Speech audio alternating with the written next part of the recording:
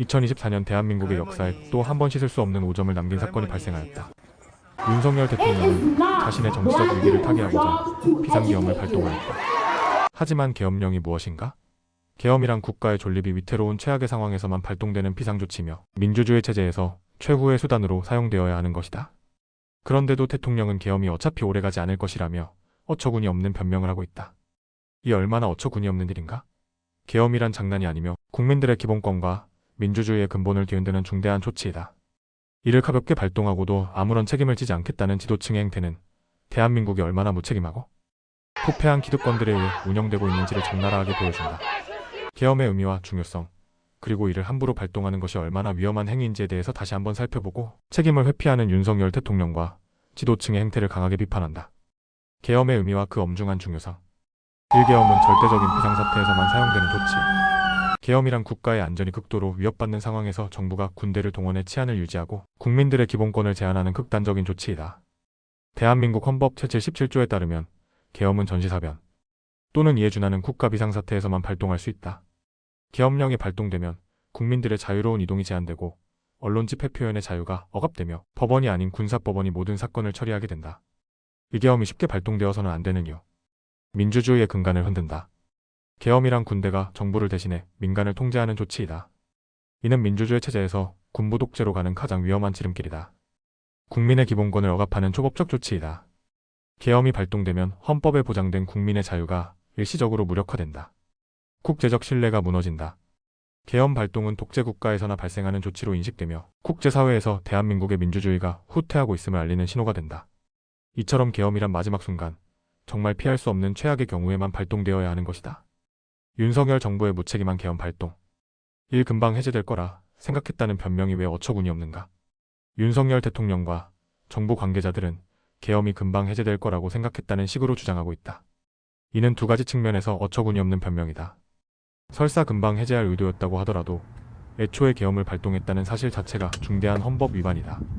국가의 최고 권력이 계엄이라는 엄청난 결정을 그렇게 가볍게 내렸다는 것 자체가 대통령으로서의 자격이 없음을 입증한다. 계엄은 국민들의 삶과 자유를 억압하는 극단적 조치이다. 이를 단순히 일시적으로만 사용할 생각이었다라고 말하는 것은 칼을 휘둘러 사람을 위협하고 난 뒤 정말 찌를 생각은 없었다라고 변명하는 것과 다름없다. 이 아무도 책임지지 않는 지도층. 더 심각한 문제는 계엄 발동 이후 아무도 이에 대한 책임을 지지 않는다는 것이다. 윤석열 대통령과 국무위원들은 국가적 필요에 따른 조치였다며 오히려 자신들의 결정을 정당화하려 한다. 국힘당은 야당과 시민단체들이 과민 반응을 한 것이라며 국민들을 탓하고 있다. 계엄 발동을 주도한 군 관계자들과 정부 고위 관료들 중 누구도 공식적인 사과를 하지 않았다. 이러한 행태는 대한민국 지도층이 자신들의 권력을 유지하기 위해 어떠한 비윤리적이고 반민주적인 행위도 서슴지 않을 수 있음을 보여준다. 이런 지도층이 있기에 기득권들은 더욱 악랄해진다. 지도층이 이런 태도를 보이니 사회 전반에서도 기득권층들이 자신의 이득을 위해 악랄한 방식으로 살아가는 행태가 만연해지고 있다. 대기업들은 불법적인 로비와 권력층과의 유착을 통해 시장을 독점하고 노동자들의 권리를 짓밟고 있다. 부동산, 금융, 의료, 언론 등의 분야에서도 기득권들은 자신들만의 이익을 위해 국민들에게 피해를 주는 정책을 밀어붙인다. 법과 제도는 기득권들이 자신들을 보호하는 수단으로 활용될 뿐 일반 국민들에게는 불공정한 장애물로 작용한다. 이처럼 대한민국 사회가 기득권들에 의해 점점 불공정하고 비민주적인 사회로 변질되고 있는 이유는 지도층이 무책임하고 잘못을 반성하지 않으며 국민을 우습게 보는 행태가 지속되고 있기 때문이다. 이런 사회에서 우리는 더욱 현명해져야 한다. 이러한 현실 속에서 개개인이 현명해지지 않으면 우리는 계속해서 이용당하고 피해를 볼 수밖에 없다. 정치적 무관심에서 벗어나야 한다. 지도층이 마음대로 권력을 휘두르지 못하도록 우리는 정치와 사회 문제에 관심을 가져야 한다. 정보를 스스로 판단하는 능력을 길러야 한다. 언론과 정치인들의 거짓 선동에 속지 않기 위해서는 팩트체크 능력과 논리적 사고 능력이 필수적이다. 부당한 권력에 맞설 수 있는 용기를 가져야 한다. 부정과 부패를 방관하면 그것은 더 악화될 뿐이다. 우리의 권리를 지키기 위해서는 행동해야 한다. 윤석열 대통령과 정부는 헌정 질서를 무너뜨리는 중대한 위헌적 행위를 하고도 아무런 책임을 지지 않고 있다.